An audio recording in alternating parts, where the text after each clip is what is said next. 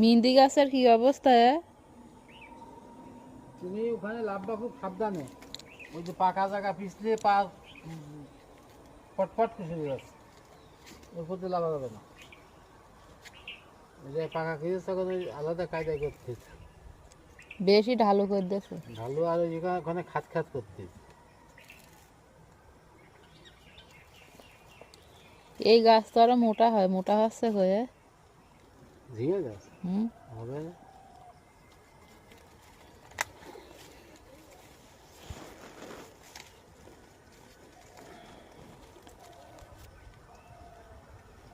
লাউ তো ভালো হয়েছে, 4-5টা মনে হয় হয়েছে, একটা কাটার মতো হয়ে গেল গাছে গোড়ায় এবার সার ওই দিতে পাশে।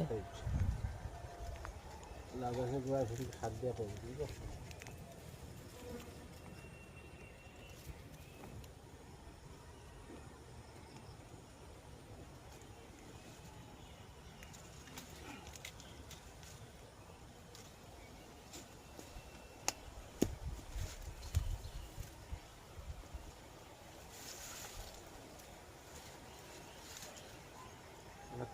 খুঁটো দিয়ে বানিয়ে দিতে।